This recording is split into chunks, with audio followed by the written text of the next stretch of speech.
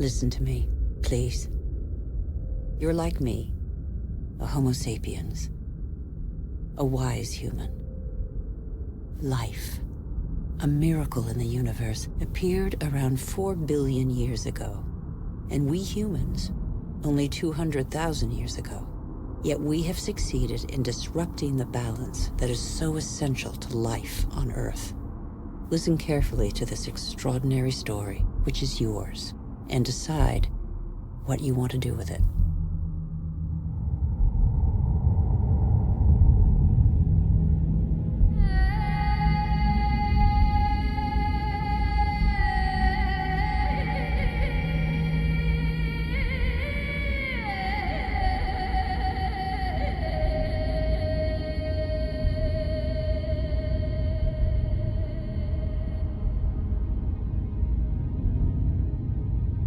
These are traces of our origins.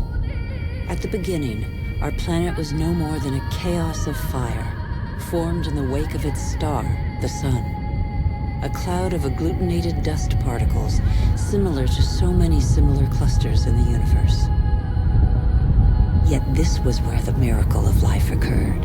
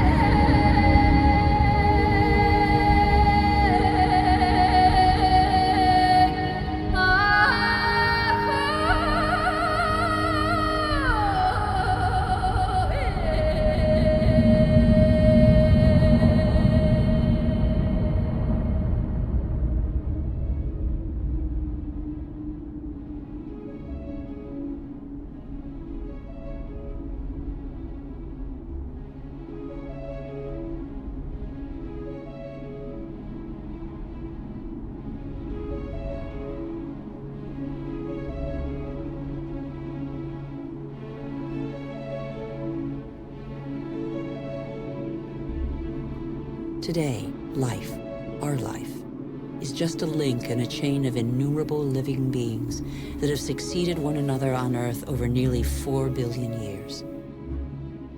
And even today, new volcanoes continue to sculpt our landscapes. They offer a glimpse of what our Earth was like at its birth. Molten rock surging from the depths, solidifying, cracking, blistering, or spreading in a thin crust, before falling dormant for a time.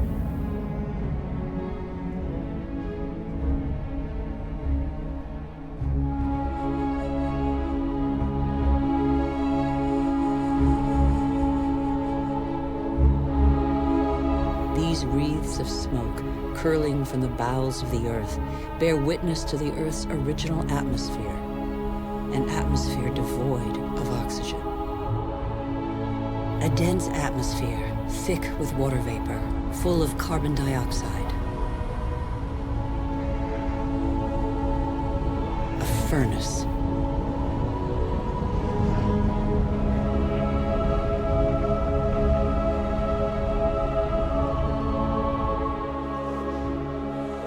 But the Earth had an exceptional future, offered to it by water. At the right distance from the sun, not too far, not too near, the Earth was able to conserve water in liquid form. Water vapor condensed and fell in torrential downpours on Earth, and rivers appeared.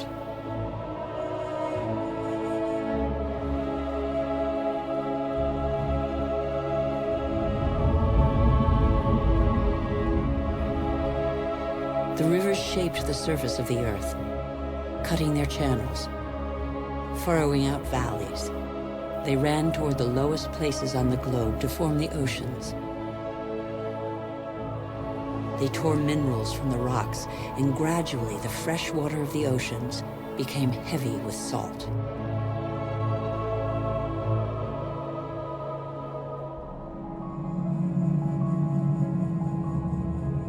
Water is a vital liquid. It irrigated these sterile expanses. The paths it traced are like the veins of a body, the branches of a tree, the vessels of the sap that it brought to the earth.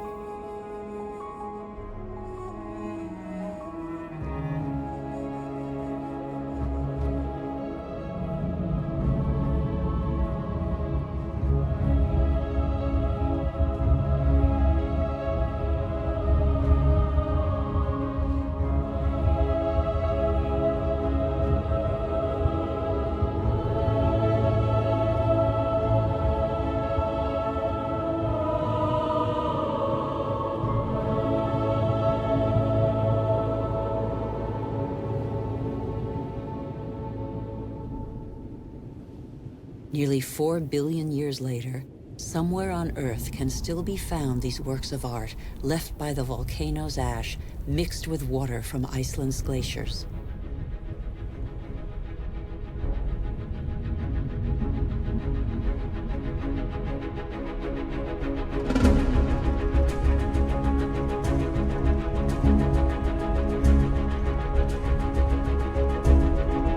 There they are. Matter and water. Water and matter. Soft and hard combined, the crucial alliance shared by every life form on our planet.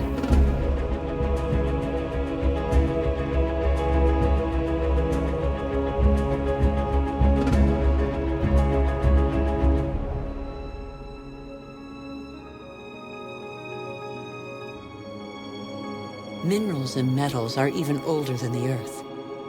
They are stardust. They provide the Earth's colors.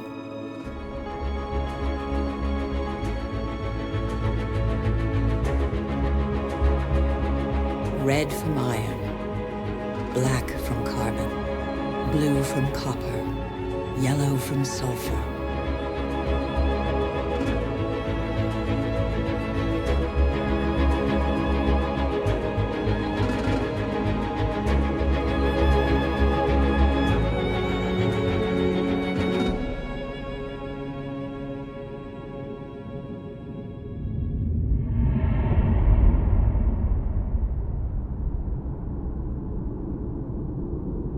Where do we come from? Where did life first spark into being? A miracle of time, primitive life forms still exist in the globe's hot springs. They give them their colors. They're called archaeobacteria.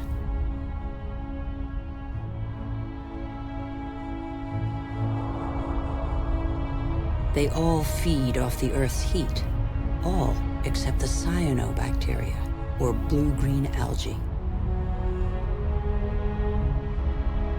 They alone have the capacity to turn to the sun to capture its energy.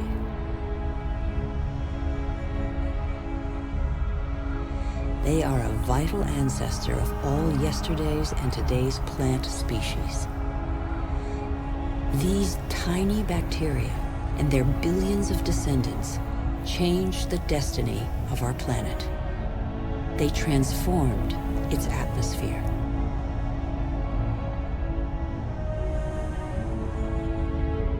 What happened to the carbon that poisoned the atmosphere? It's still here, imprisoned in the Earth's crust. We can read this chapter of the Earth's history nowhere better than on the walls of Colorado's Grand Canyon. They reveal nearly 2 billion years of the Earth's history. Once upon a time, the Grand Canyon was a sea inhabited by microorganisms. They grew their shells by tapping into carbon from the atmosphere dissolved in the ocean. When they died, the shells sank and accumulated on the seabed. These strata are the product of those billions and billions of shells.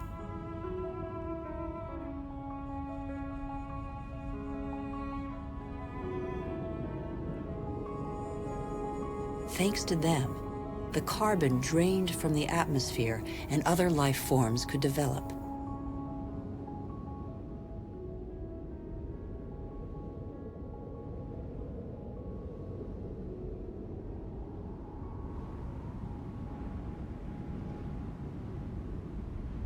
It is life that altered the atmosphere. Plant life fed off the sun's energy, which enabled it to break apart the water molecule and take the oxygen. And oxygen filled the air.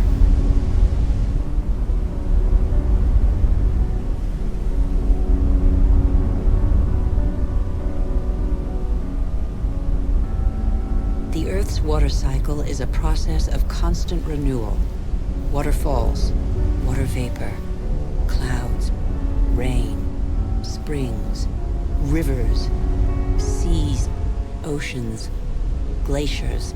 The cycle is never broken. There's always the same quantity of water on Earth.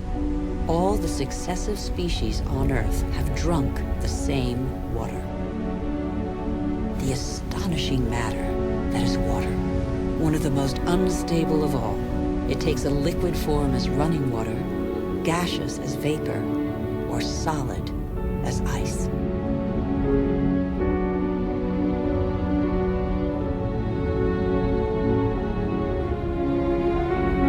In Siberia, the frozen surfaces of the lakes in winter contain the traces of the forces that water deploys when it freezes. Lighter than water, the ice floats rather than sinking to the bottom. It forms a protective mantle against the cold, under which life can go on.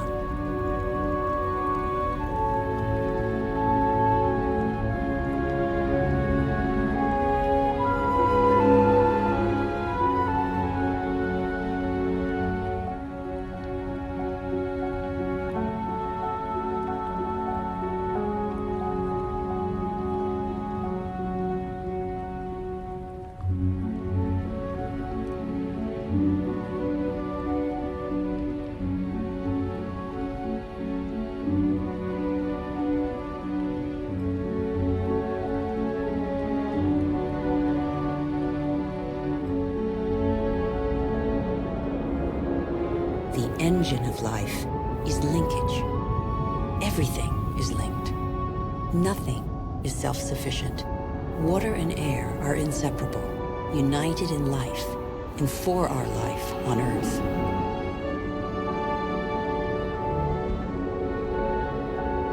Thus, clouds form over the oceans and bring rain to the land masses, whose rivers carry water back to the oceans. Sharing is everything.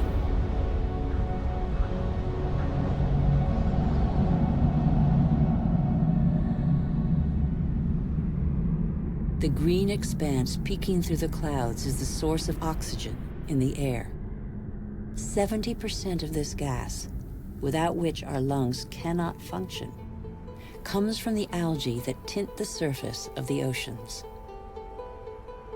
Our Earth relies on a balance in which every being has a role to play and exists only through the existence of another being.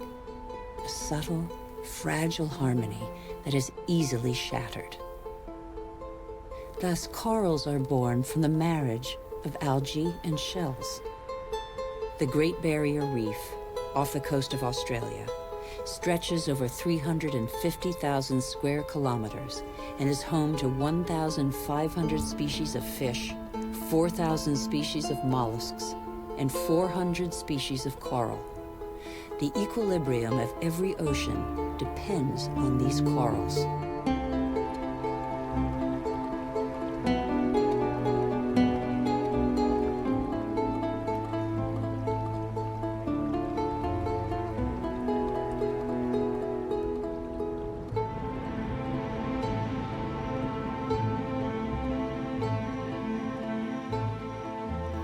The Earth counts time in billions of years. It took more than 4 billion years for it to make trees. In the chain of species, trees are a pinnacle, a perfect living sculpture. Trees defy gravity. They are the only natural element in perpetual movement toward the sky. They grow unhurriedly toward the sun that nourishes their foliage.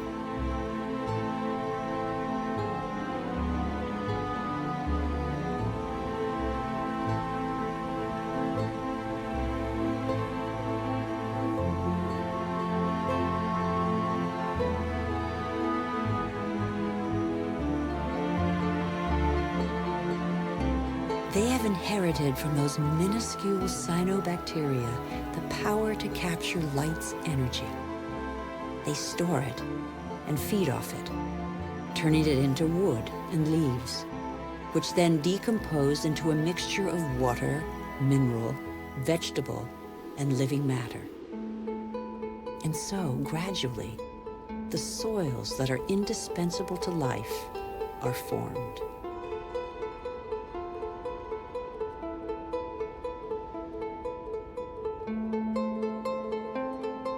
Soils are the factory of biodiversity.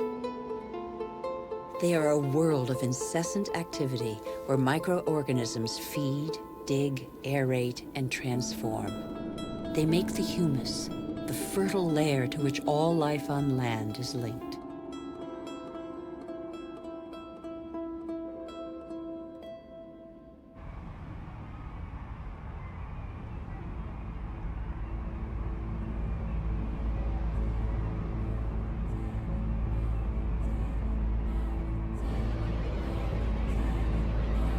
What do we know about life on Earth? How many species are we aware of? A tenth of them? 100th, perhaps? What do we know about the bonds that link them? The Earth is a miracle. Life remains a mystery.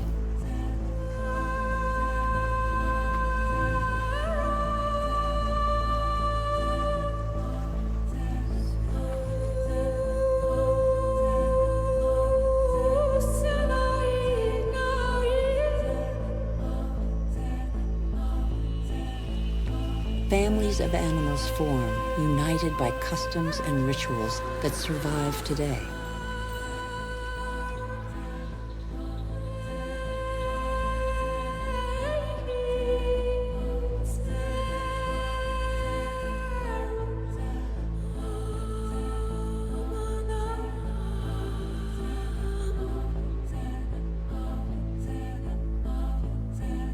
Some adapt to the nature of their pasture, and their pasture adapts to them. And both gain.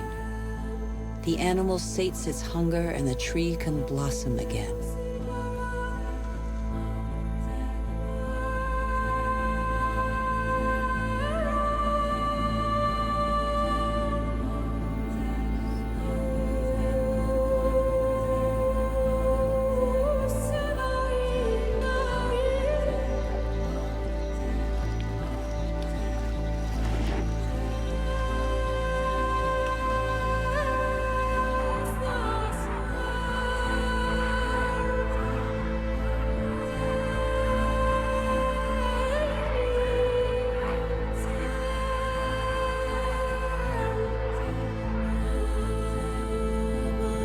Great adventure of life on Earth, every species has a role to play. Every species has its place. None is futile or harmful. They all balance out.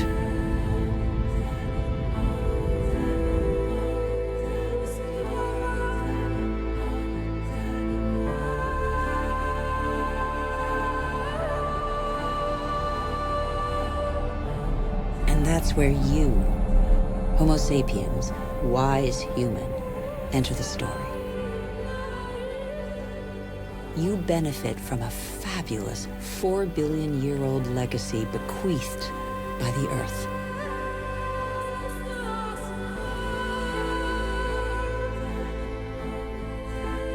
You're only 200,000 years old, but you have changed the face of the world. Despite your vulnerability, you have taken possession of every habitat and conquered swaths of territory like no other species before you.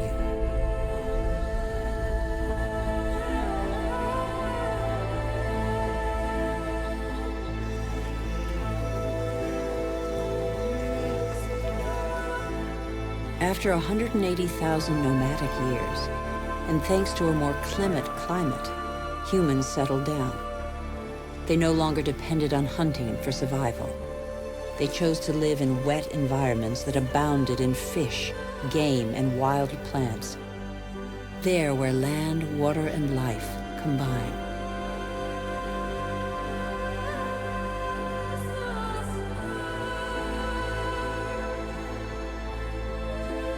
Human genius inspired them to build canoes,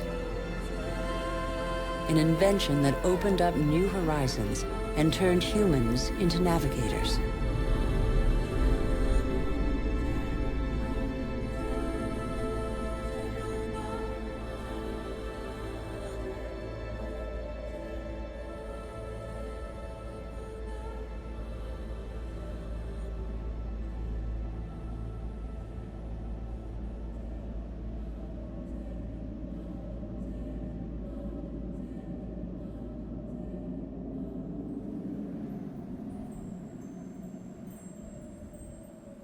Even today, the majority of humankind lives on the continent's coastlines or the banks of rivers and lakes.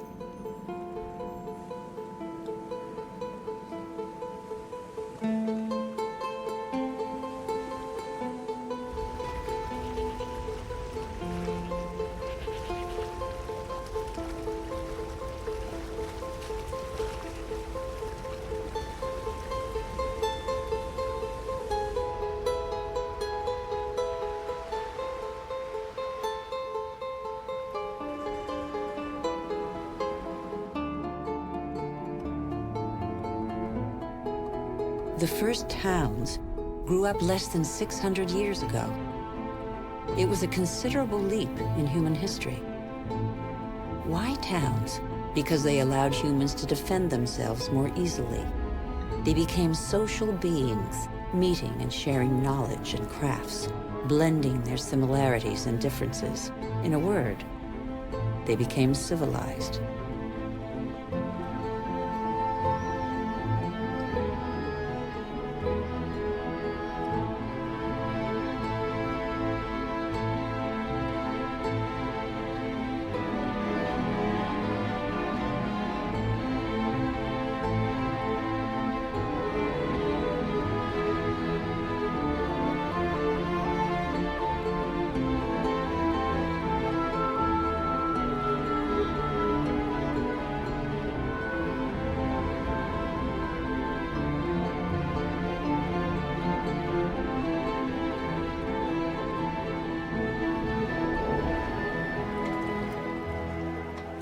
But the only energy at their disposal was provided by nature and the strength of their bodies. It was the story of humankind for thousands of years. It still is for one person in 4, over 1.5 billion human beings, more than the combined population of all the wealthy nations.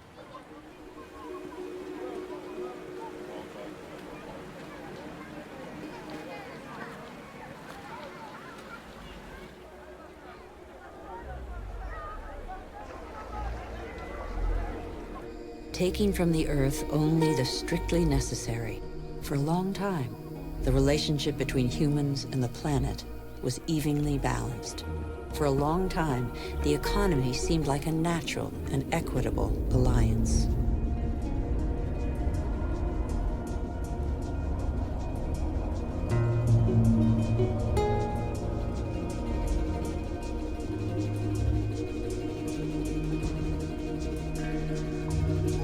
But life expectancy is short, and hard labor takes its toll. The uncertainties of nature weigh on daily life. Education is a rare privilege. Children are a family's only asset, as long as every extra pair of hands is a necessary contribution to its subsistence.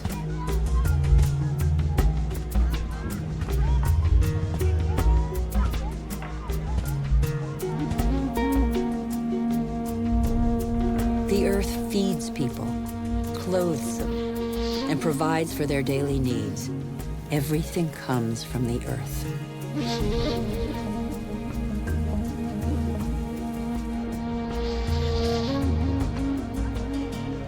Towns change humanity's nature as well as its destiny. The farmer becomes a craftsman, trader, or peddler.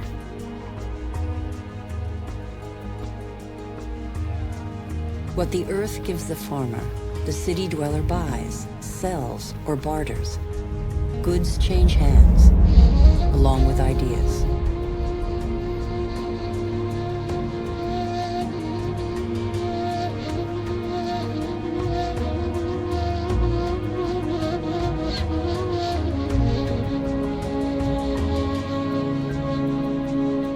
Humanity's genius is to have always had a sense of its weakness. Humans tried to extend the frontiers of their territory, but they knew their limits. The physical energy and strength with which nature had not endowed them was found in the animals they domesticated to serve them.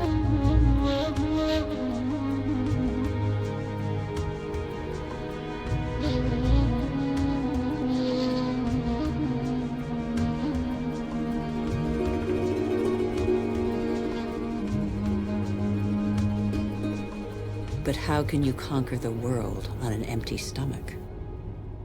The invention of agriculture transformed the future of the wild animals scavenging for food that were humankind. Agriculture turned their history on end. Agriculture was their first great revolution. Developed barely 8,000 to 10,000 years ago, it changed their relationship to nature.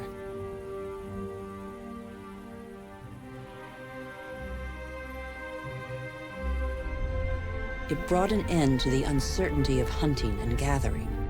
It resulted in the first surpluses and gave birth to cities and civilizations.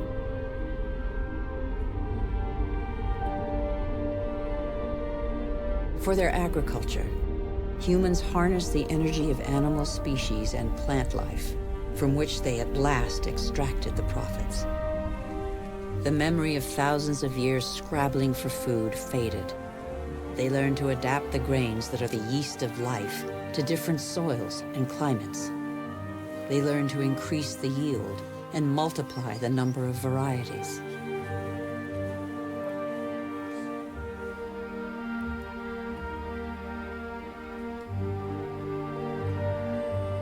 Like every species on Earth, the principal daily concern of all humans is to feed themselves and their family. When the soil is less generous and water becomes scarce, humans deploy prodigious efforts to mark a few arid acres with the imprint of their labor.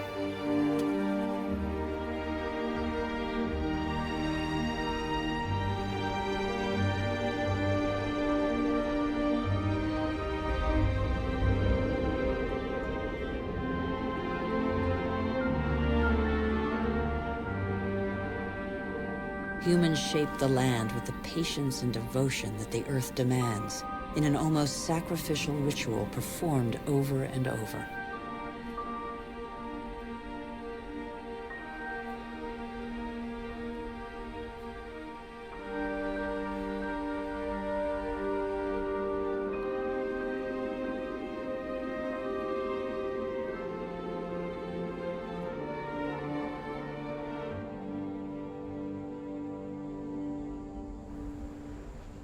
Agriculture is still the world's most widespread occupation.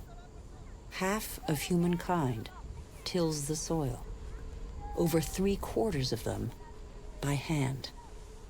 Agriculture is like a tradition handed down from generation to generation in sweat, graft, and toil, because for humanity, it is a prerequisite of survival. But after relying on muscle power for so long, humankind found a way to tap into the energy buried deep in the earth. These flames are also from plants, a pocket of sunlight, pure energy, the energy of the sun, captured over millions of years by millions of plants more than 100 million years ago. It's coal, it's gas, and above all, it's oil.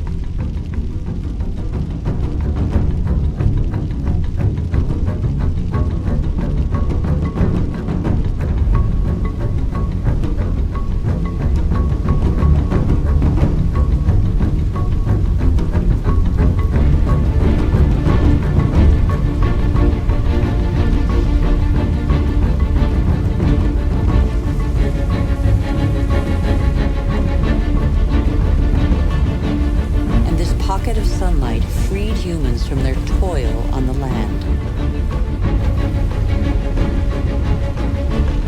With oil began the era of humans who break free of the shackles of time. With oil, some of us acquired unprecedented comforts. And in 50 years, in a single lifetime, the Earth has been more radically changed than by all previous generations of humanity. Faster and faster. In the last 60 years, the Earth's population has almost tripled, and over 2 billion people have moved to the cities.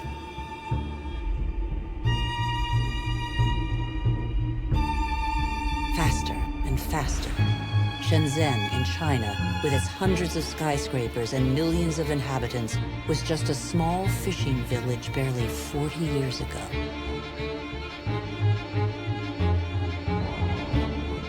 Faster and faster. In Shanghai, 3,000 towers and skyscrapers have been built in 20 years. Hundreds more are under construction.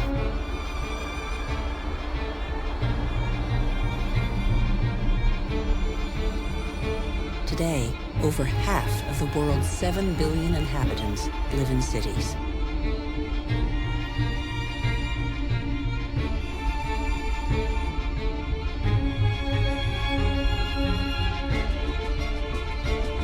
New York, the world's first megalopolis, is the symbol of the exploitation of the energy the Earth supplies to human genius. The manpower of millions of immigrants, the energy of coal, the unbridled power of oil. Electricity resulted in the invention of elevators, which in turn permitted the invention of skyscrapers. New York ranks as the 16th largest economy in the world. America was the first to discover, exploit, and harness the phenomenal revolutionary power of black gold.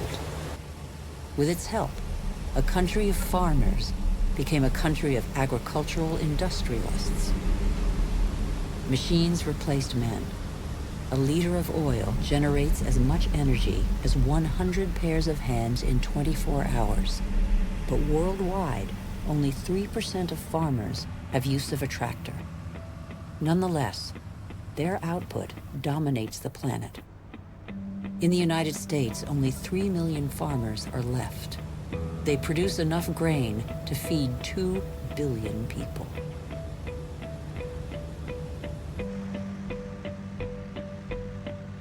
But most of that grain is not used to feed people. Here, and in all other industrialized nations, it's transformed into livestock feed or biofuels.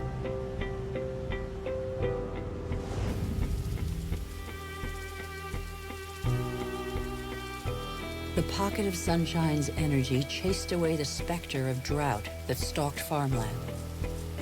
No spring escapes the demands of agriculture, which accounts for 70% of humanity's water consumption. In nature, everything is linked. The expansion of cultivated land and single-crop farming encouraged the development of parasites. Pesticides, another gift of the petrochemical revolution, exterminated them. Bad harvests and famine became a distant memory. The biggest headache now was what to do with the surpluses engendered by modern agriculture.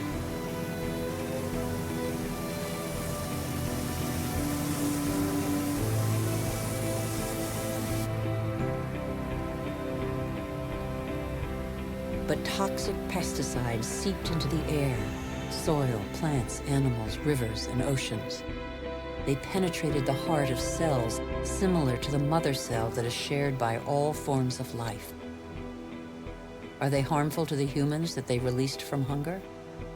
These farmers, in their yellow protective suits, probably have a good idea.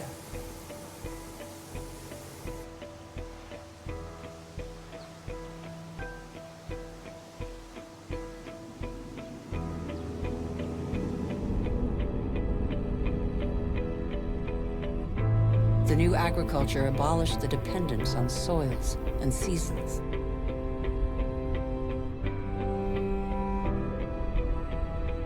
Fertilizers produced unprecedented results on plots of land thus far ignored. Crops adapted to soils and climates gave way to the most productive varieties and the easiest to transport. And so, in the last century, 3/4 of the varieties developed by farmers over thousands of years have been wiped out.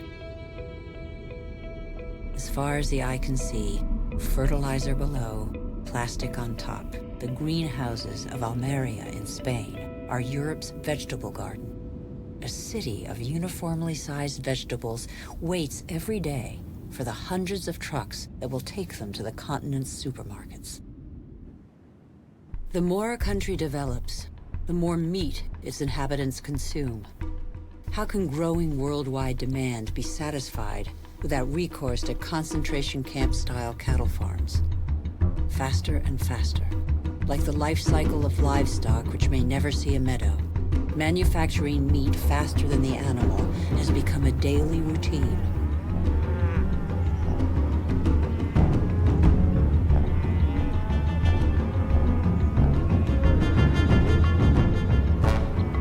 In these vast food lots trampled by millions of cattle, not a blade of grass grows.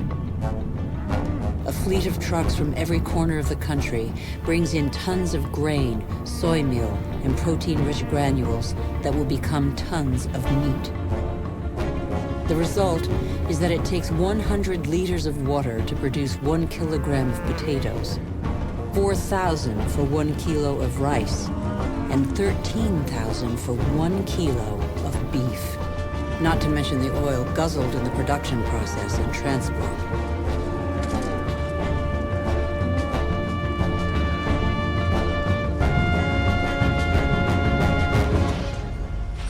Our agriculture has become oil-powered.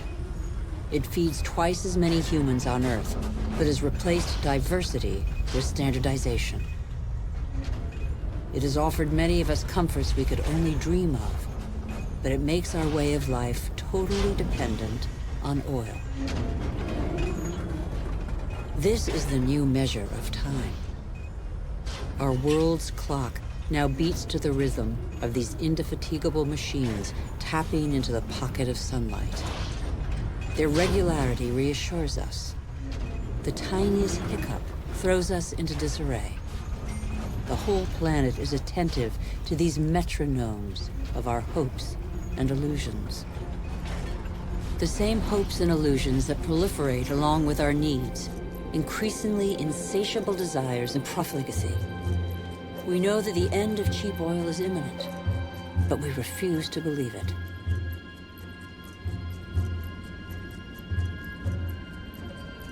For many of us, the American dream is embodied by a legendary name, Los Angeles. In this city that stretches over 100 kilometers, the number of cars is almost equal to the number of inhabitants.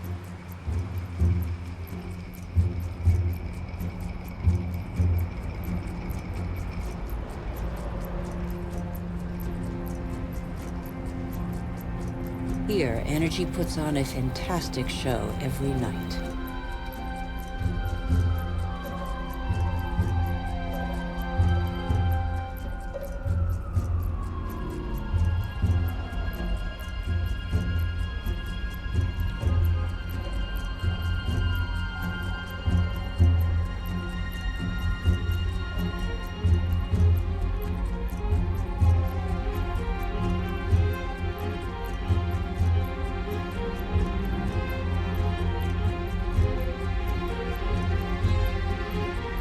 The days seem to be no more than the pale reflection of nights that turn the city into a starry sky.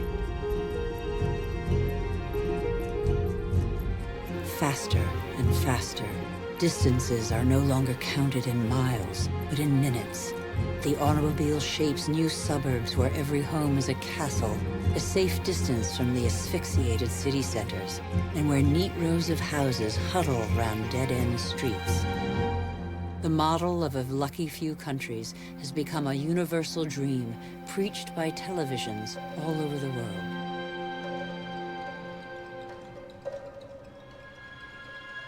Even here in Beijing, it is cloned, copied, and reproduced in these formatted houses that have wiped pagodas off the map.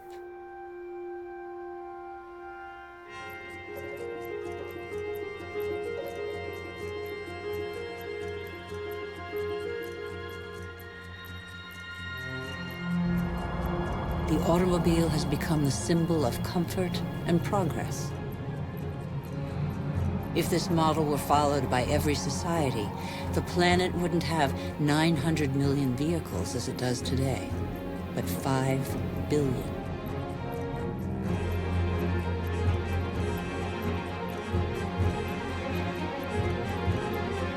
Faster and faster. The more the world develops, the greater its thirst for energy. Everywhere, machines dig, bore, and rip from the Earth the pieces of stars buried in its depths since its creation. Minerals.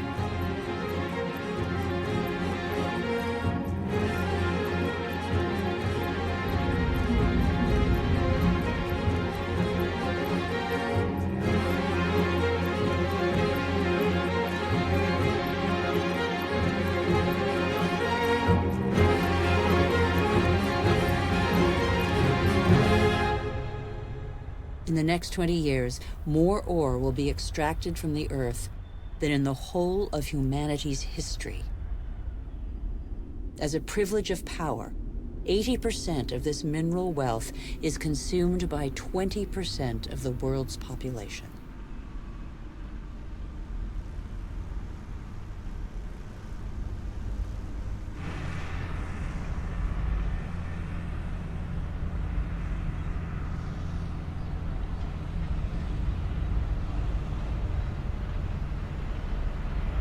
Before the end of this century, excessive mining will have exhausted nearly all the planet's reserves.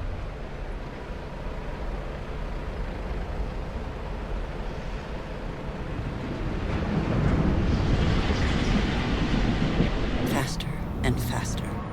Shipyards churn out oil tankers, container ships, and gas tankers to cater for the demands of globalized industrial production.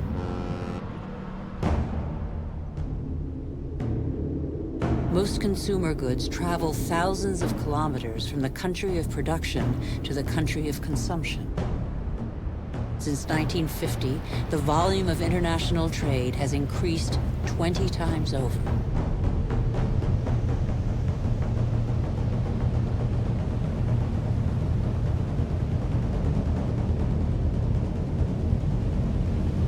% of trade goes by sea. 500 million containers are transported every year, headed for the world's major hubs of consumption, such as Dubai. Dubai is one of the biggest construction sites in the world, a country where the impossible becomes possible, building artificial islands in the sea, for example.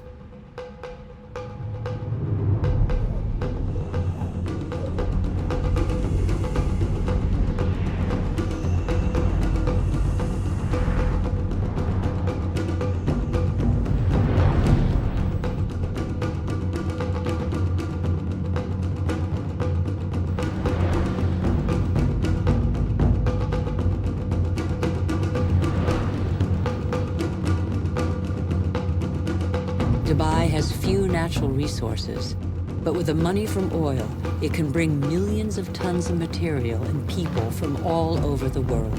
It can build forests of skyscrapers, each one taller than the last, or even a ski slope in the middle of the desert. Dubai has no farmland, but it can import food. Dubai has no water, but it can afford to expend immense amounts of energy to desalinate seawater and build the highest skyscrapers in the world. Dubai has endless sun, but no solar panels. It is the city of more is more, where the wildest dreams become reality. Dubai is a sort of culmination of the Western model, with its 800-meter-high totem to total modernity that never fails to amaze the world. Excessive? Perhaps. Dubai appears to have made its choice. It is like the new beacon for all the world's money.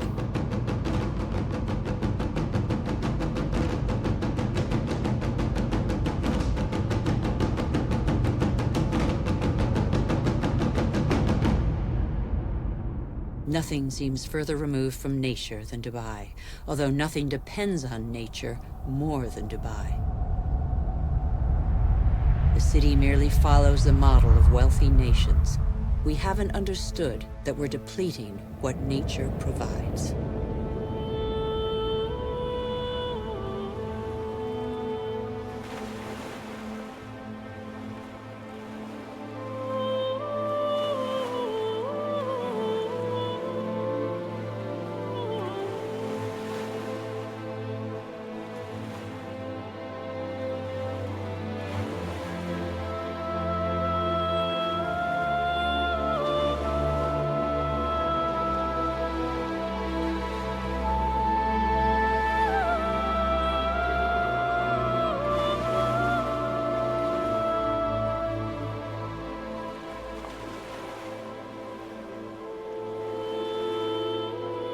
What do we know of the marine world of which we see only the surface and which covers 3/4 of the planet? The ocean depths remain a secret. They contain thousands of species whose existence remains a mystery to us.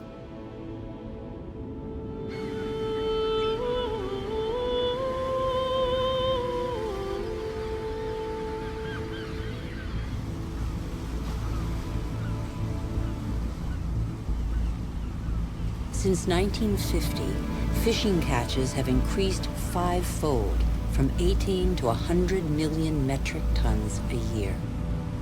Thousands of factory ships are emptying the oceans.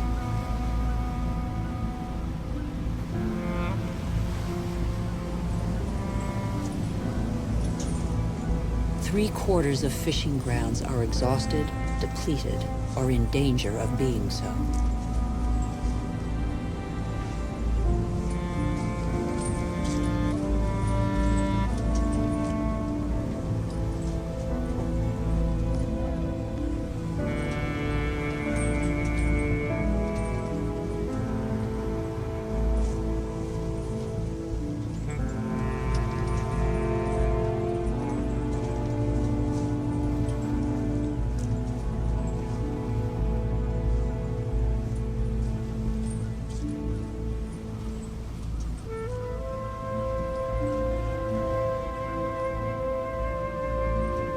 Most large fish have been fished out of existence since they have no time to reproduce.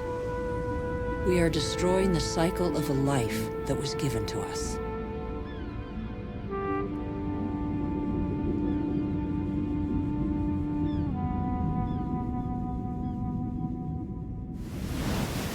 On the coastlines, signs of the exhaustion of stocks abound. First sign, colonies of sea mammals are getting smaller. Made vulnerable by urbanization of the coasts and pollution, they now face a new threat: famine. In their unequal battle against industrial fishing fleets, they can't find enough fish to feed their young.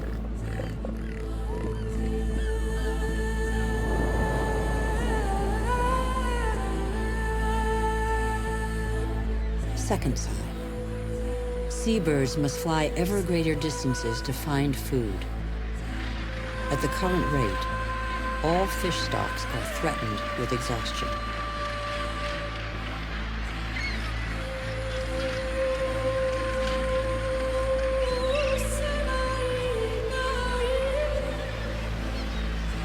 In Dakar, traditional net fishing boomed in the years of plenty, but today, fish stocks are dwindling.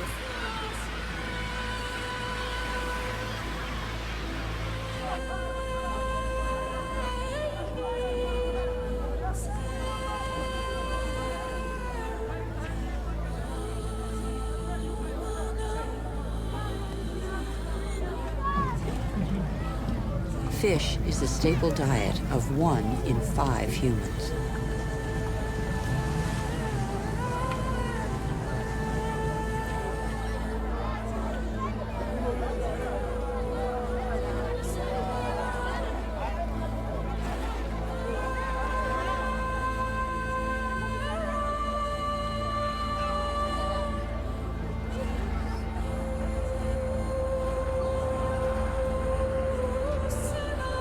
Can we envision the inconceivable?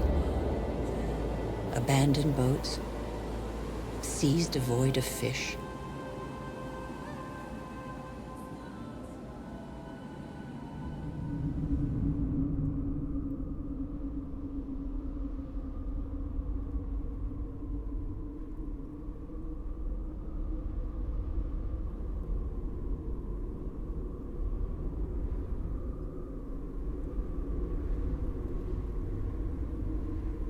We have forgotten that resources are scarce. 500 million humans live in the world's desert lands, more than the combined population of Europe. They know the value of water. They know how to use it sparingly. Here, they depend on wells replenished by fossil water, which accumulated underground in the days when it rained on these deserts, 25,000 years ago.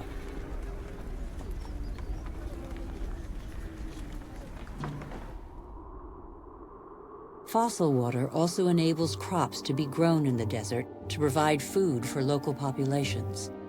The field's circular shape derives from the pipes that irrigate them around a central pivot.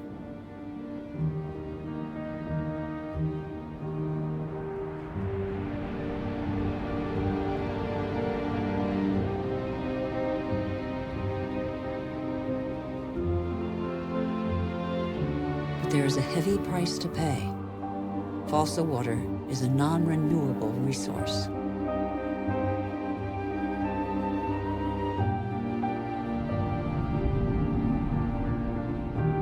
In Saudi Arabia, the dream of industrial farming in the desert has faded.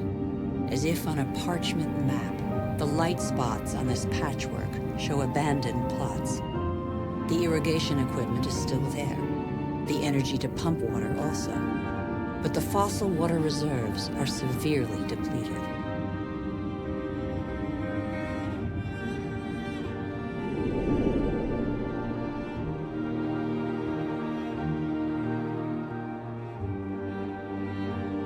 Israel turned the desert into arable land. Even though these hothouses are now irrigated drop by drop, water consumption continues to increase along with exports.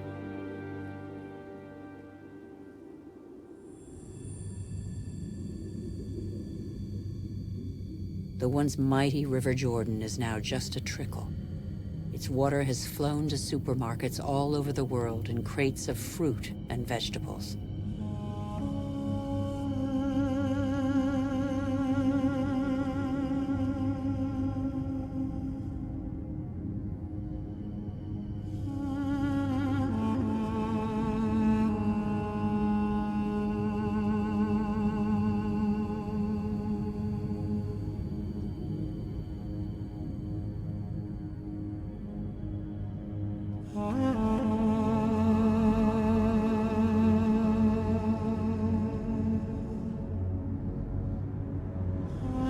The Jordan's fate is not unique. Across the planet, one major river in 10 no longer flows into the sea for several months of the year.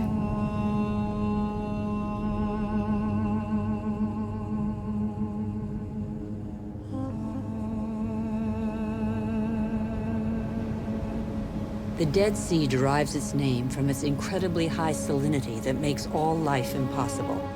Deprived of the Jordan's water, its level goes down by over 1 meter per year. Its salinity is increasing. Evaporation, due to the heat, produces these fine islands of salt evaporates, beautiful but sterile.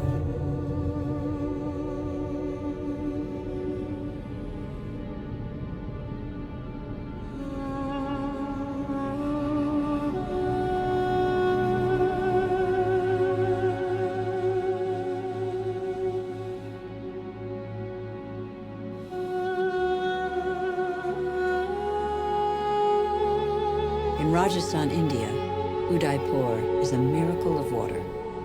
The city was made possible by a system of dams and channels that created an artificial lake.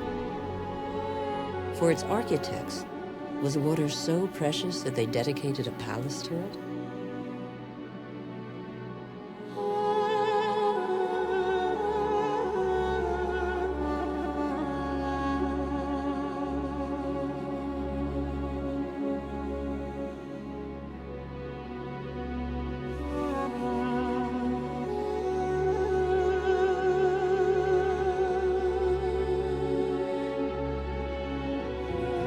India risks being the country that suffers most from the lack of water in the coming century. Massive irrigation has fed the growing population, and in the last 50 years, 21 million wells have been dug. The victory over famine has a downside, however. In many parts of the country, the drill has to sink ever deeper to hit water. In western India, 30% of wells have been abandoned.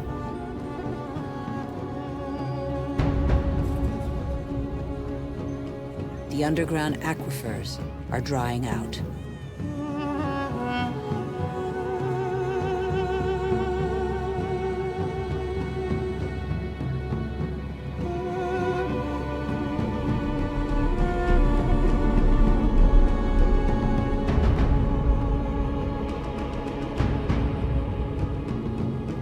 Vast reservoirs will catch the monsoon rains to replenish the aquifers.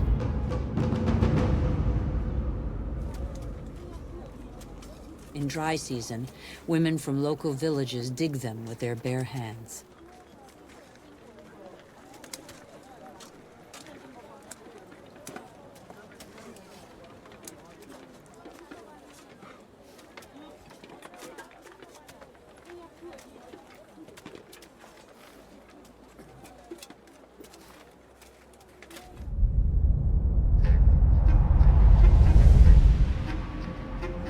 Thousands of kilometers away, 800 to 1,000 liters of water are consumed per person per day.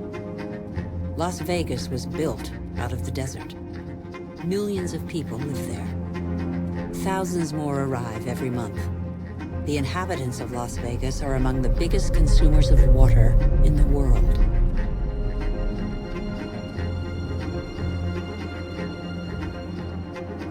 Palm Springs is another desert city with tropical vegetation and lush golf courses.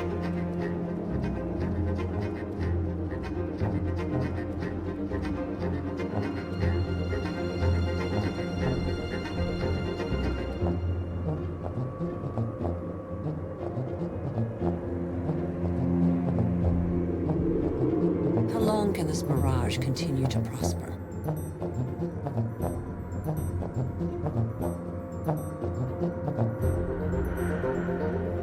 The Earth cannot keep up. The Colorado River, which brings water to these cities, is one of those rivers that no longer reaches the sea. Even more alarmingly, its flow is diminishing its source. Water levels in the catchment lakes along its course are plummeting. Lake Powell took 17 years to reach high water mark. Its level is now half of that. Water shortages could affect nearly 2 billion people before 2025. Yet water is still abundant in unspoiled regions of the planet. The wetlands.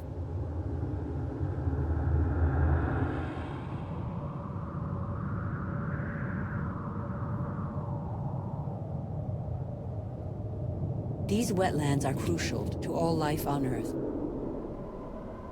They represent 6% of the planet. Marshes are sponges that regulate the flow of water.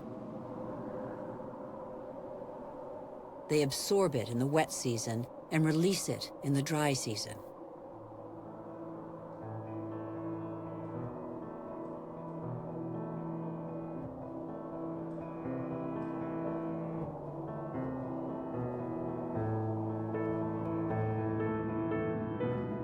The water runs off the mountain peaks, carrying with it the seeds of the regions it flows through. This process gives birth to unique landscapes, where the diversity of species is unequaled in its richness.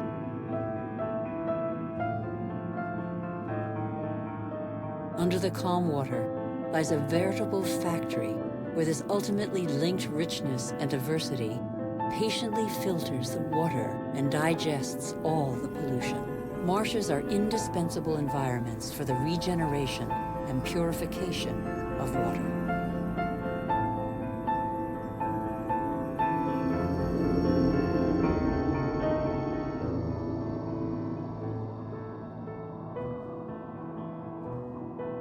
These wetlands were always seen as unhealthy expanses, unfit for human habitation. In our race to conquer more land, We have reclaimed them as pasture for our livestock, or as land for agriculture or building.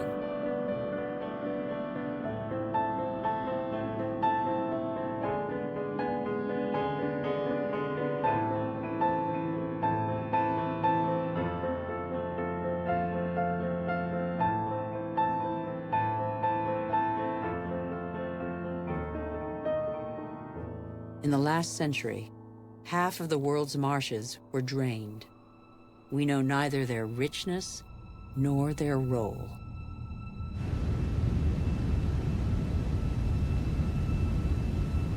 All living matter is linked. Water, air, soil, trees.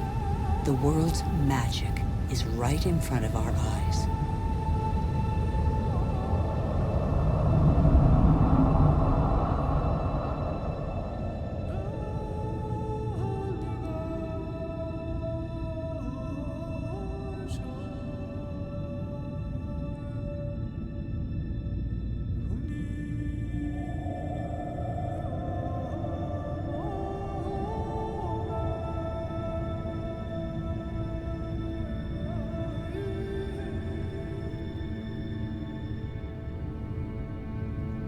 Trees breathe groundwater into the atmosphere as light mist. They form a canopy that alleviates the impact of heavy rains and protects the soil from erosion. The forests provide the humidity that is necessary for life. They are the mother and father of rain. The forests store carbon. They contain more than all the Earth's atmosphere. They are the cornerstone of the climactic balance on which we all depend.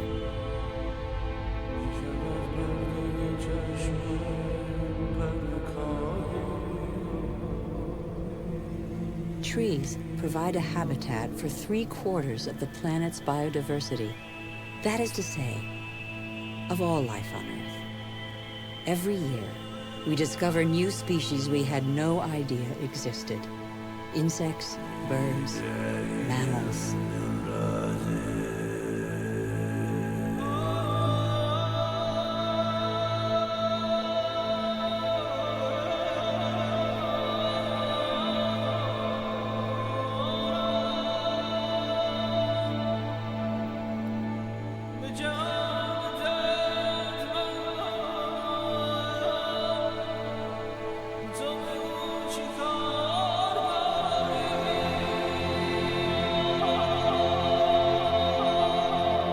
These forests provide the remedies that cure us.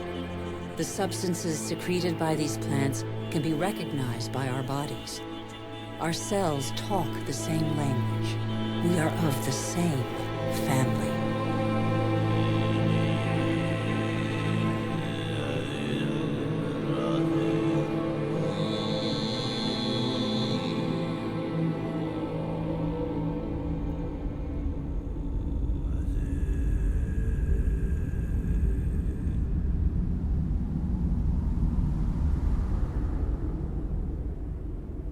Mangroves are forests that step out onto the sea.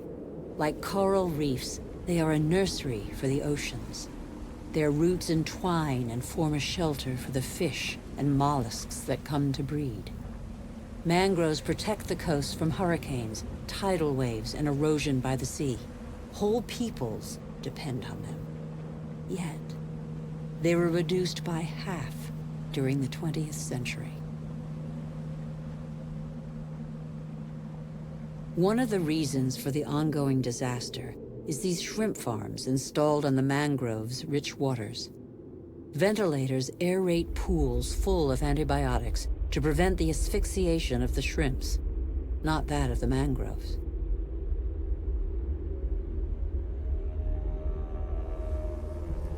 Since the 1960s, deforestation has constantly gathered pace. Every year, 13 million hectares of tropical forest, an area the size of Illinois, disappear in smoke and as lumber.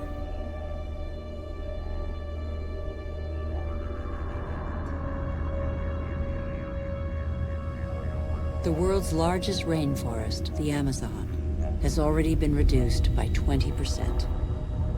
The forest gives way to cattle ranches or soybean farms. 95% of these soybeans are used to feed livestock and poultry in Europe and Asia.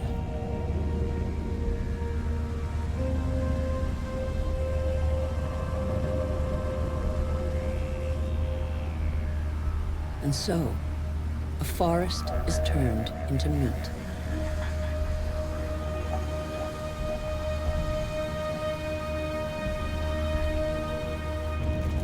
When they burn, forests and their soils release huge quantities of carbon, accounting for 20% of the greenhouse gases emitted across the globe.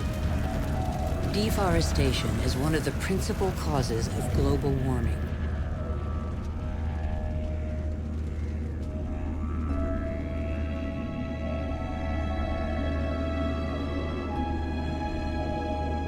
Thousands of species disappear forever.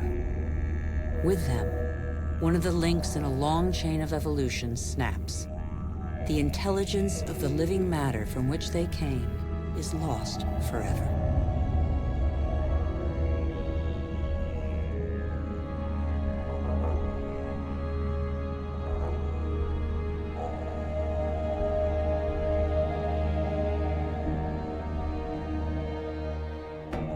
Barely 20 years ago, Borneo, the fourth largest island in the world, was covered by a vast primary forest. At the current rate of deforestation, it will have totally disappeared within 10 years. Living matter bonds water, air, earth, and the sun. In Borneo, this bond has been broken in what was one of the Earth's greatest reservoirs of biodiversity.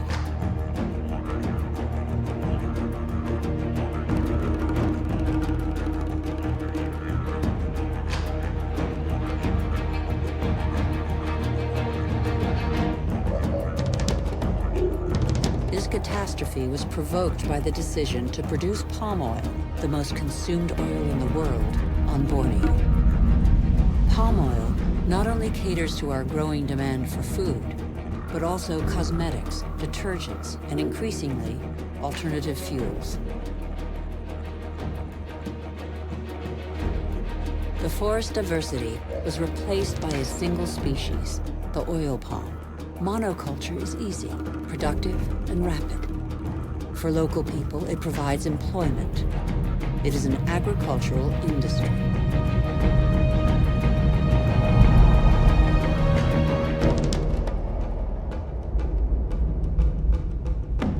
Another example of massive deforestation is the eucalyptus. Eucalyptus is used to make paper pulp. Plantations are growing as demand for paper has increased fivefold in 50 years.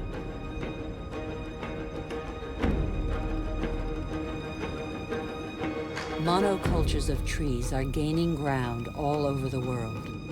But a monoculture is not a forest. By definition, there is little diversity. One forest does not replace another forest. At the foot of these eucalyptus trees, nothing grows because their leaves form a bed that is toxic for most other plants. They grow quickly, but exhaust water reserves.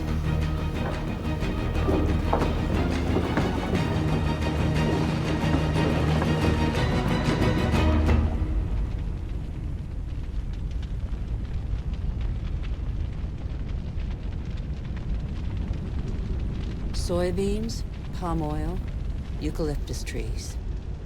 Deforestation destroys the essential to produce the superfluous. But elsewhere, deforestation is a last resort to survive. Over 2 billion people, almost a third of the world's population, still depend on charcoal.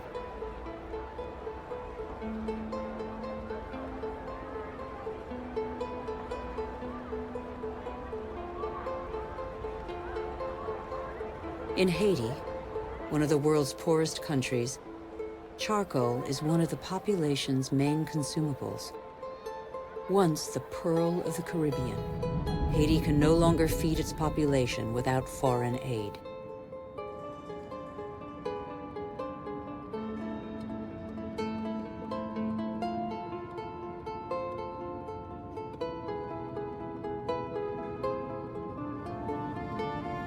On the hills of Haiti, only 2% of the forests are left. Stripped bare, the soil no longer absorbs the rainwater. With no vegetation and no roots to reinforce them, nothing holds the soils back. The rainwater washes them down the hillsides as far as the sea. Erosion impoverishes the quality of the soils, reducing their suitability for agriculture. In some parts of Madagascar, the erosion is spectacular. Whole hillsides bear deep gashes hundreds of meters wide.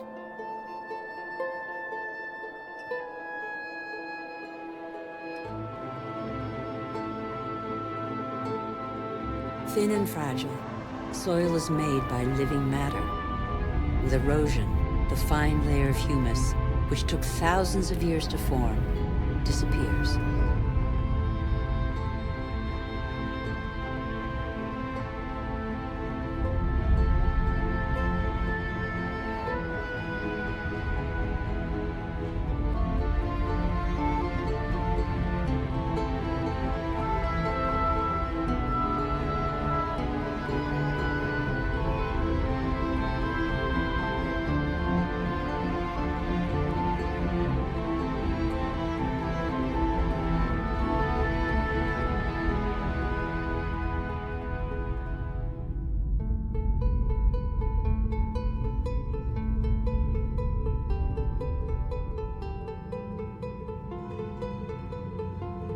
Here's one theory of the story of the Rapa Nui, the inhabitants of Easter Island, that could perhaps give us pause for thought.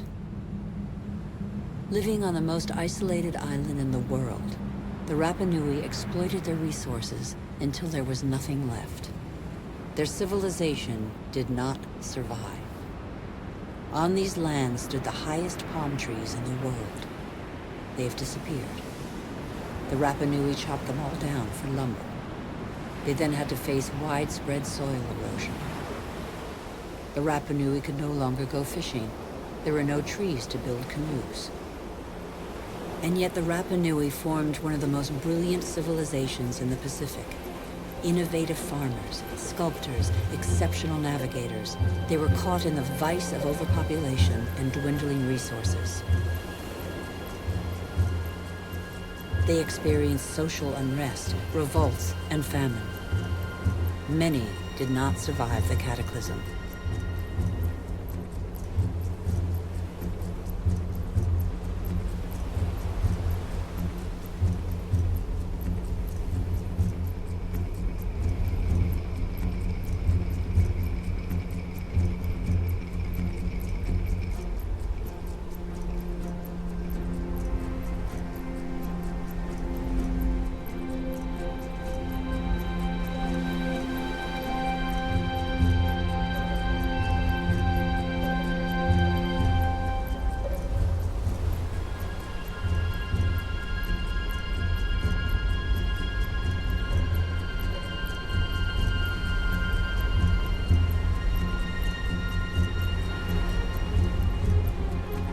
The real mystery of Easter Island is not how its strange statues got there. We know now.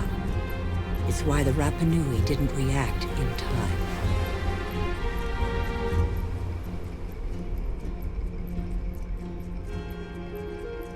It's only one of a number of theories, but it has particular relevance to us today. Since 1950, the world's population has almost tripled. And since 1950, we have more fundamentally altered our island, the Earth, than in all of our 200,000-year history. Nigeria is the biggest oil exporter in Africa, and yet 70% of the population lives under the poverty line. The wealth is there, but the country's inhabitants don't have access to it. The same is true all over the globe. Half the world's poor live in resource-rich countries.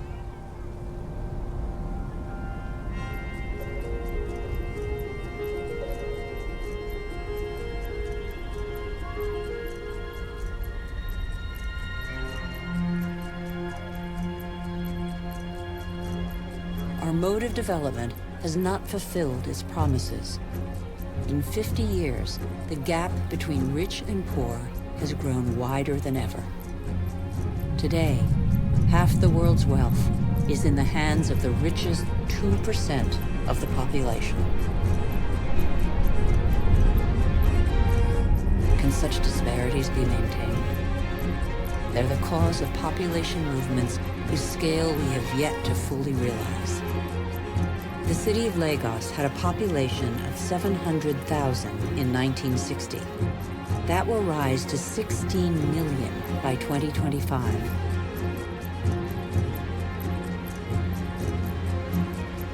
Lagos is one of the fastest growing megalopolises in the world. The new arrivals are mostly farmers forced off the land for economic or demographic reasons, or because of diminishing resources.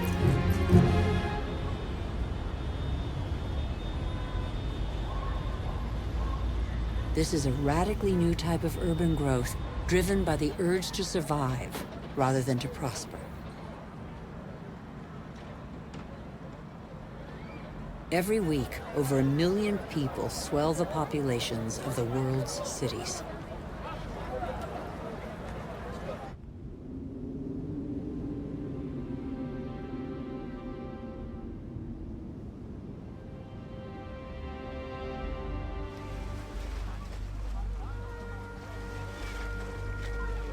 One human being in 6 now lives in a precarious, unhealthy, overpopulated environment, without access to daily necessities such as water, sanitation, or electricity.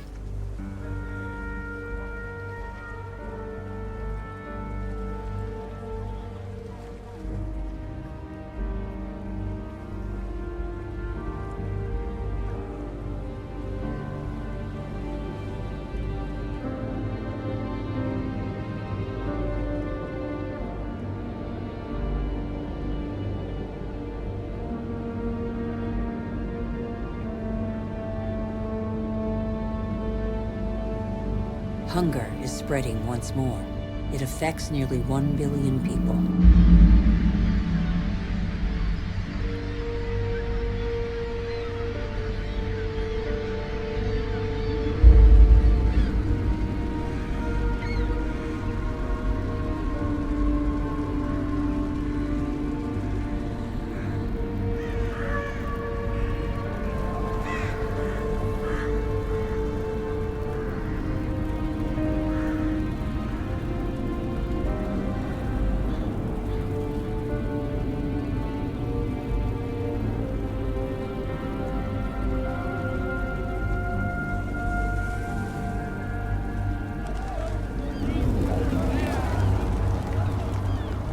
All over the planet, the poorest scrabble to survive on scraps, while we continue to dig for resources that we can no longer live without.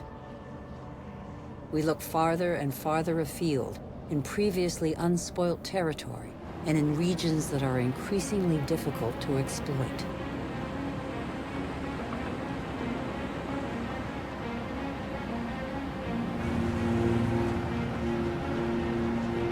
We're not changing our model.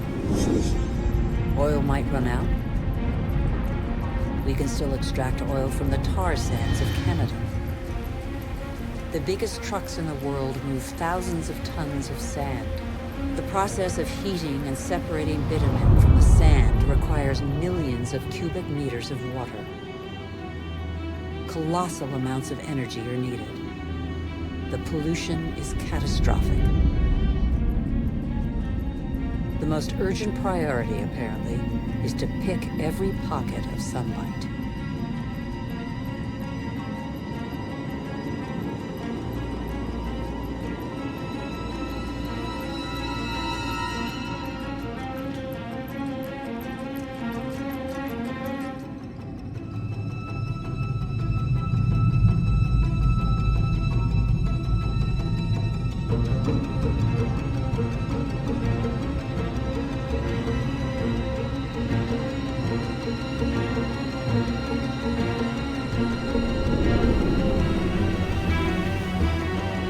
Our oil tankers are getting bigger and bigger. Our energy requirements are constantly increasing. We try to power growth like a bottomless oven that demands more and more fuel.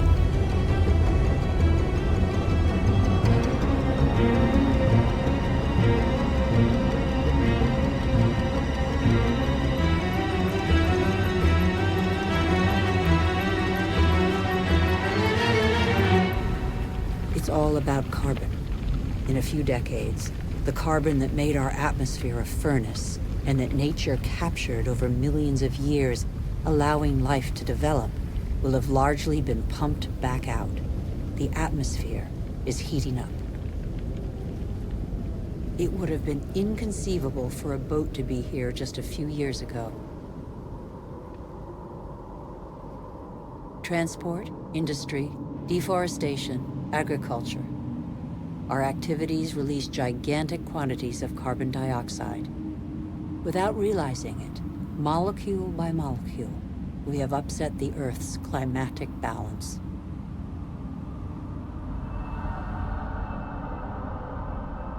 All eyes are on the poles, where the effects of global warming are most visible.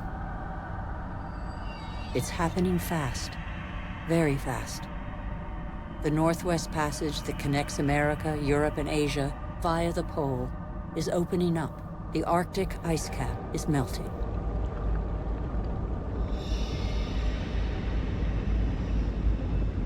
Under the effect of global warming, the ice cap has lost 40% of its thickness in 40 years. Its surface area in the summer shrinks year by year. It could disappear before 2030.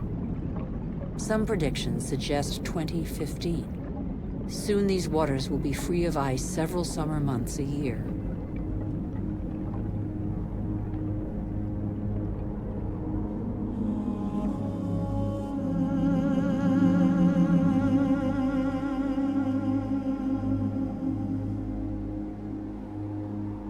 The sunbeams that the ice sheet previously reflected back now penetrate the dark water, heating it up. The warming process gathers pace.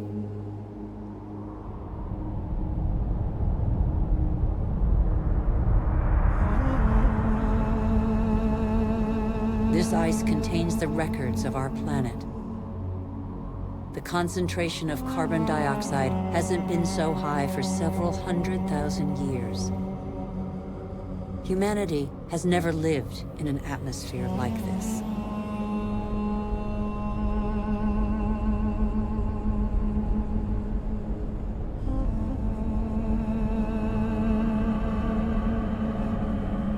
Is excessive exploitation of our resources threatening the lives of every species?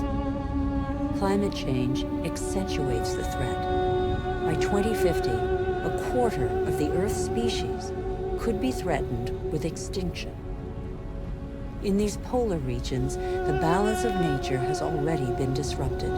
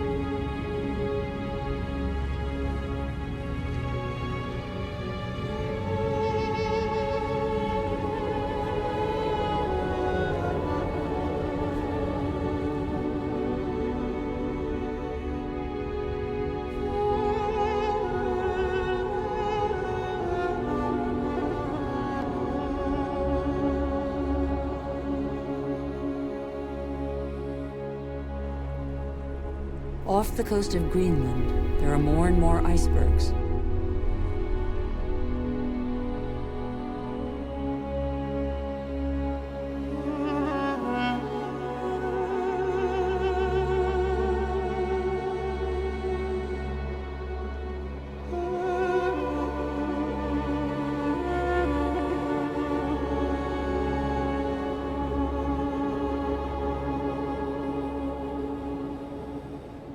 Around the North Pole, the ice cap has lost 30% of its surface area in 30 years. But as Greenland rapidly becomes warmer, the fresh water of a whole continent flows into the salt water of the oceans. Greenland's ice contains 20% of the fresh water of the whole planet. If it melts, sea levels will rise by nearly 7 meters.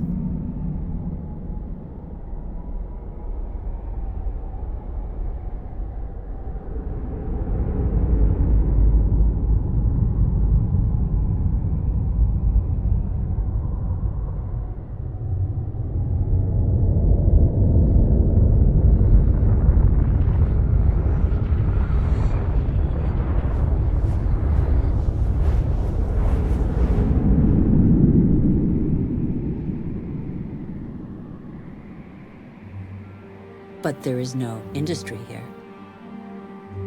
Greenland's ice sheet suffers from greenhouse gases emitted elsewhere on Earth.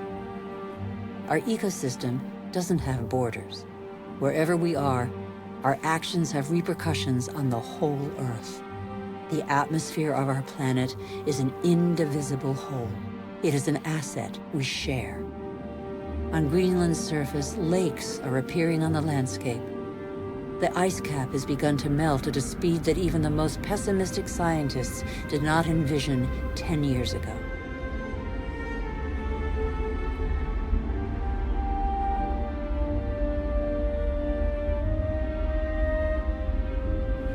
More and more of these glacier-fed rivers are merging together and burrowing through the surface. It was thought the water would freeze in the depths of the ice.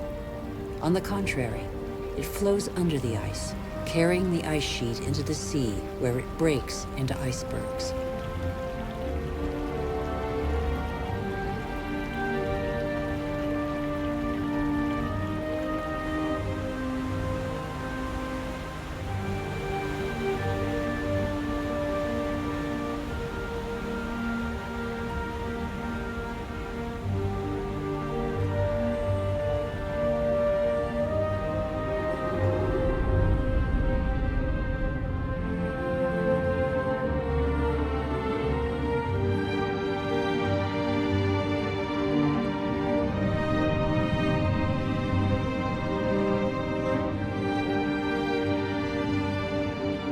As the fresh water of Greenland's ice sheet gradually seeps into the salt water of the oceans, low-lying lands around the globe are threatened.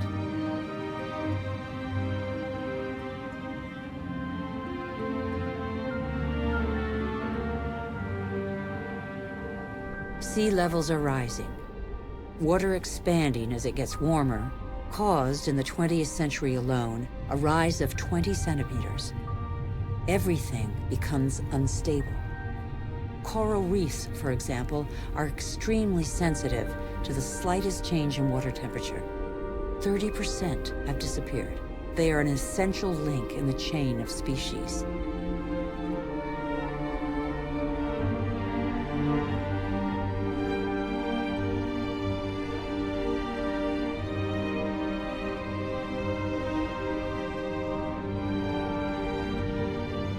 In the atmosphere, the major wind streams are changing direction. Rain cycles are altered. The geography of climates is modified. The inhabitants of low-lying islands here in the Maldives, for example, are on the front line. They are increasingly concerned. Some are already looking for new, more hospitable lands.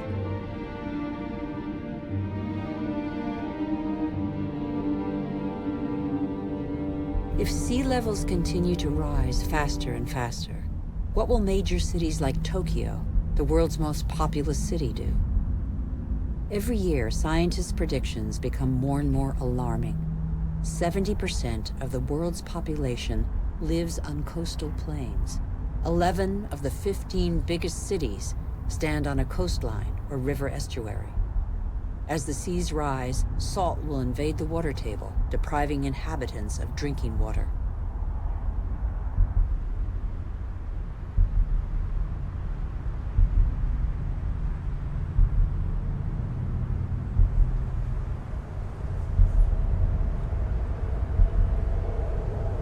Migratory phenomena are inevitable. The only uncertainty concerns their scale.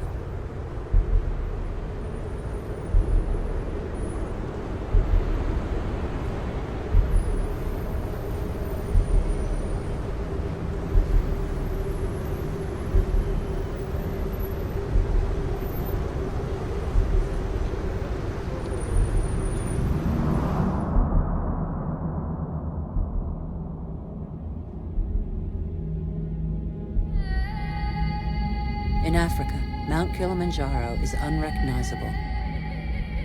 80% of its glaciers have disappeared. In summer, the rivers no longer flow. Local peoples are affected by the lack of water. Even on the world's highest peaks, in the heart of the Himalayas, eternal snows and glaciers are receding. Yet these glaciers play an essential role in the water cycle. They trap the water from the monsoons as ice and release it in the summer when the snow melts.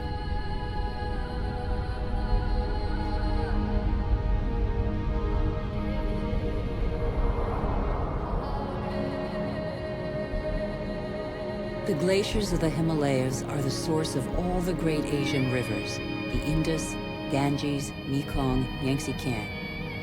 2 billion people depend on them for drinking water and to irrigate their crops, as in Bangladesh.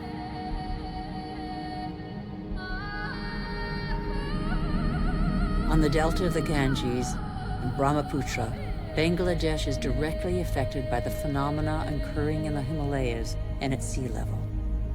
This is one of the most populous and poorest countries in the world. It is already hit by global warming. The combined impact of increasingly dramatic floods and hurricanes could make 1/3 of its landmass disappear. When populations are subjected to these devastating phenomena, they eventually move away.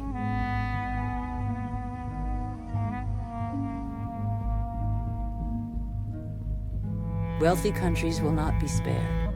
Droughts are occurring all over the planet. In Australia, half of farmland is already affected.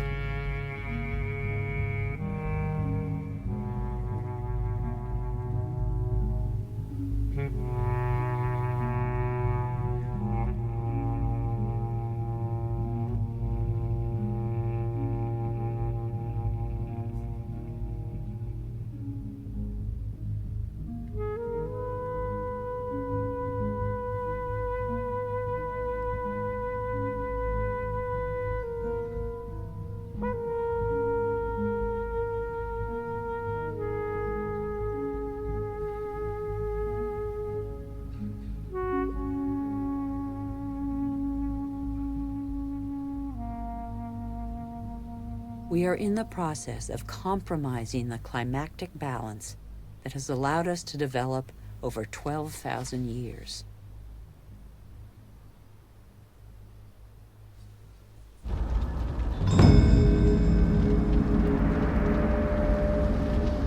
More and more wildfires encroach on major cities.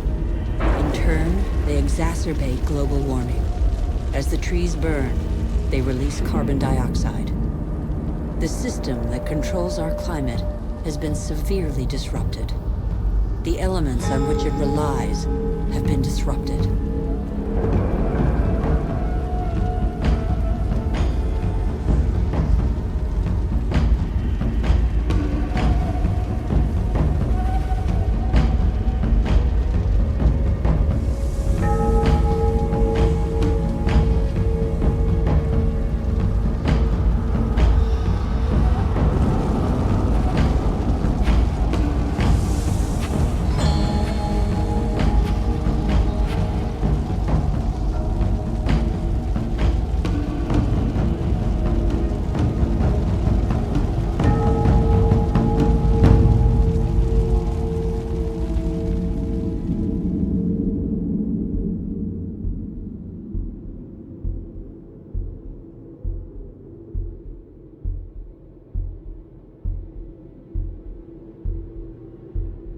The clock of climate change is ticking in these magnificent landscapes.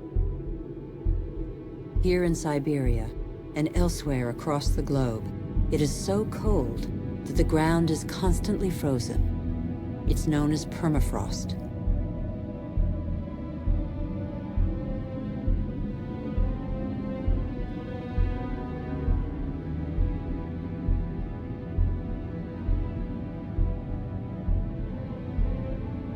Under its surface lies a climactic time bomb, methane, a greenhouse gas 20 times more powerful than carbon dioxide.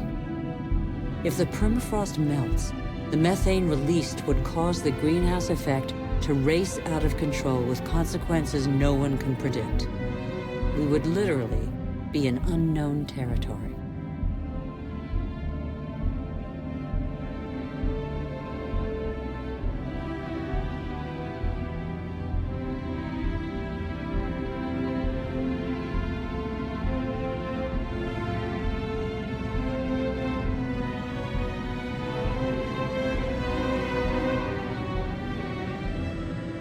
Humanity has no more than 10 years to reverse the trend and avoid crossing into this territory, life on Earth as we have never known it.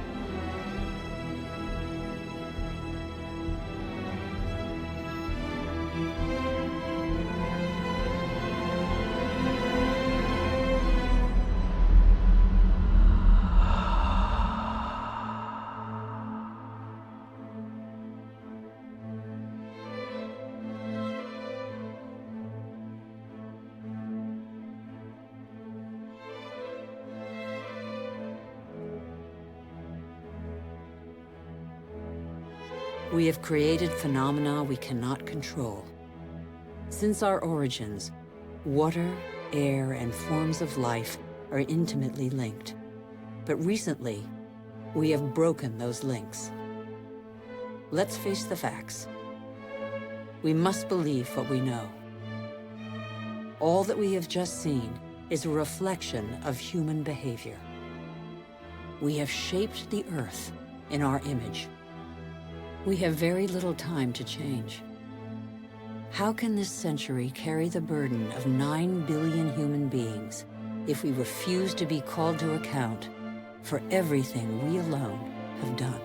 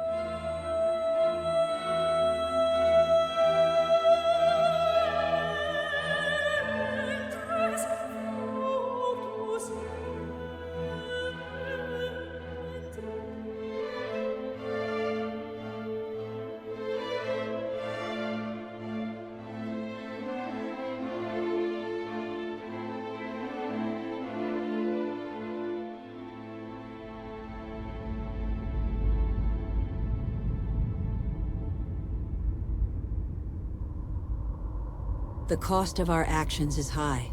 Others pay the price without having been actively involved. I have seen refugee camps as big as cities, sprawling in the desert. How many men, women, and children will be left by the wayside tomorrow? Must we always build walls to break the chain of human solidarity, separate peoples, and protect the happiness of some from the misery of others? It's too late to be a pessimist. I know that a single human can knock down every wall. It's too late to be a pessimist. Worldwide, 4 children out of 5 attend school. Never has learning been given to so many human beings.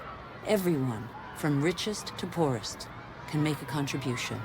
Lesotho, one of the world's poorest countries, is proportionally the one that invests most in its people's education. Qatar, one of the world's richest states, has opened its doors to the best universities. Culture, education, research, and innovation are inexhaustible resources. In the face of misery and suffering, millions of NGOs prove that solidarity between peoples is stronger than the selfishness of nations. In Bangladesh, a man thought the unthinkable and founded a bank that lends only to the poor. In barely 30 years, it has changed the lives of 150 million people around the world. Antarctica is a continent with immense natural resources that no country can claim for itself, a natural reserve devoted to peace and science. A treaty signed by 49 states has made it a treasure shared by all humanity. It's too late to be a pessimist. Governments have acted to protect nearly 2% of the world's territorial waters. It's not much, but it's 2 times more than 10 years ago. The first natural parks were created just over a century ago. They cover over 13% of the continents. They create spaces where human activity is in step with the preservation of species, soils, and landscapes. This harmony between humans and nature can become the rule, no longer the exception. In the United States, New York has realized that nature does for us. These forests and lakes supply all the drinking water the city needs.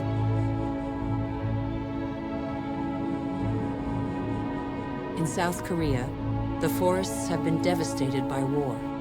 Thanks to a national reforestation program, they once more cover 65% of the country. More than 75% of paper is recycled. Costa Rica has made a choice between military spending and the conservation of its lands. The country no longer has an army. It prefers to devote its resources to education, ecotourism, and the protection of its primary forest. Gabon is one of the world's leading producers of wood. It enforces selective logging, not more than 1 tree every hectare. Its forests are one of the country's most important economic resources, but they have the time to regenerate. Programs exist that guarantee sustainable forest management. They must become mandatory.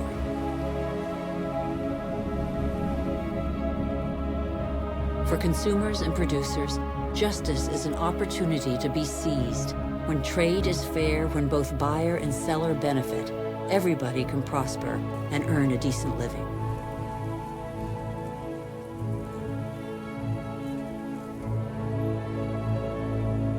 How can there be justice and equity between people whose only tools are their hands and those who harvest their crops with a machine and state subsidies?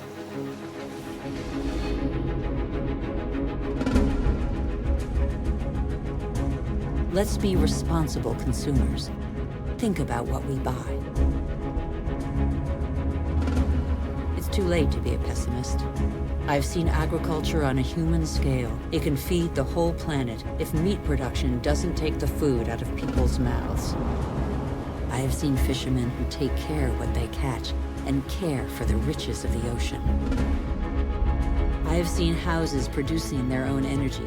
5,000 people live in the world's first ever eco-friendly district in Freiburg, Germany. Other cities partner the project. Mumbai is the 1,000th to join them. The governments of New Zealand, Iceland, Austria, Sweden, and other nations have made the development of renewable energy sources a top priority. I know that 80% of the energy we consume comes from fossil energy sources. Every week, 2 new coal-fired generating plants are built in China alone. But I have also seen, in Denmark, a prototype of a coal-fired plant that releases its carbon into the soil rather than the air. A solution for the future? Nobody knows yet. I have seen in Iceland an electricity plant powered by the Earth's heat, geothermal power. I have seen a sea snake lying on the swell to absorb the energy of the waves and produce electricity.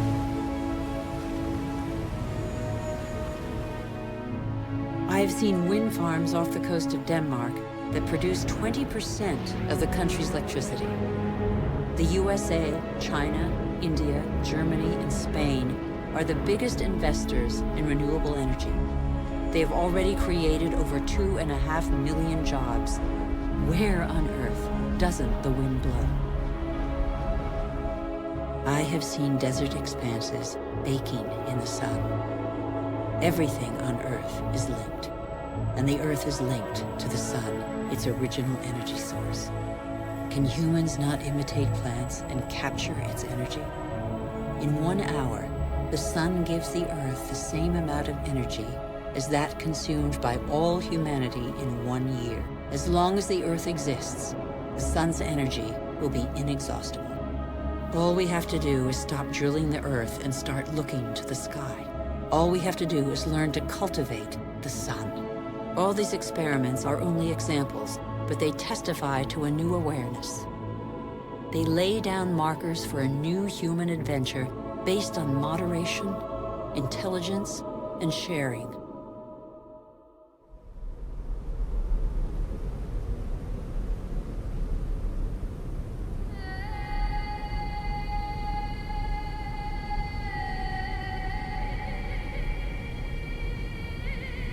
It's time to come together.